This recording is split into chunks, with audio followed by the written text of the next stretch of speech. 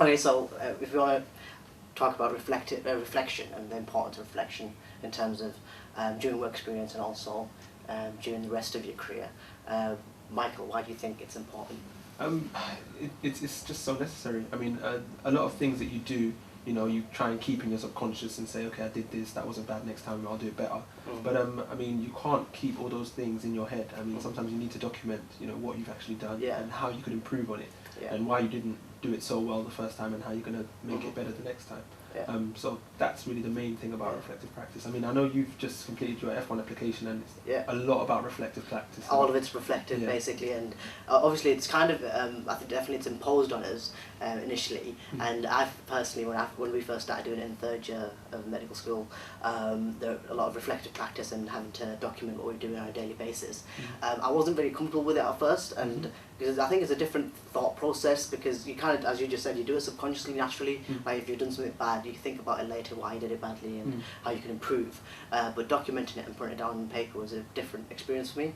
But when I've just recently done the F1 application form, which is all reflective stuff and demonstrating your abilities and different experiences through reflective practice, it's actually really helped. And by looking at it, I've realised the importance of reflective practice.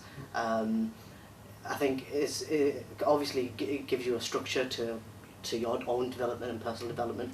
And yeah, I don't know how you felt it's helped you. Well, I have to do weekly reflections while I'm actually on placement for my course. And I found that at the beginning I wasn't really putting much effort into it, and I was just writing that I'd had a nice week and I'd done lots of things, and it wasn't very helpful towards me. And then when I actually started doing it properly and actually reflecting on what I'd done that week, what was good about it, how I could improve it, what was actually wrong with it, and being critical of myself as well, I found that I actually got a lot better, and I started to learn from my reflective reports. So I definitely think that you need to look for both sides, the good and the bad, and actually reflect on those, not just say what you've been doing. And I think actually, obviously over the years, I've kind of come to realise it's essentially obviously it is, you're constantly critically appraising yourself more or less, and I suppose that is the only way for you to improve. I think I was a bit kind of antagonistic against it initially, and a bit, you know, I don't want to do this, it's not, you know, relevant to my exams or whatever.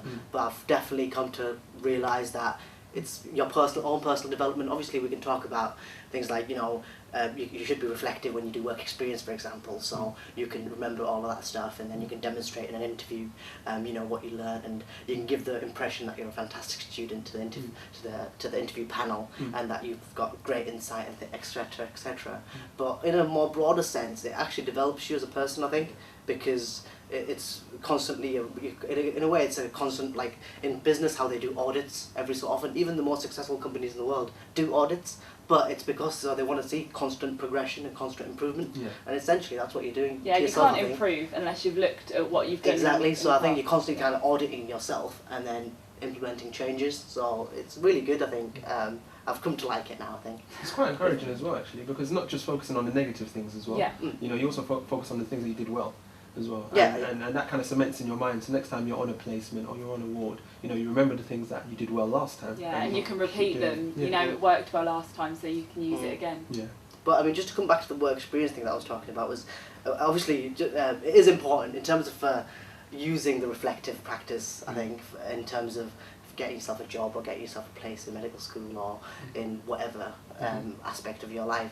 It's obviously important to use it, and I think one thing that we talked about earlier about the documentation, I think even though we all do it subconsciously maybe, it is probably really important to document, because you might be doing an interview in 2 years' time, and something that you're doing at the moment and a firm that you're doing at the moment might be relevant, and experience that you gain might be perfect for a question that you get asked in 2 years' time. And you know, you might not remember it in 2 years' time, so it's definitely important to write it all down, and also you can constantly monitor your own progress visually.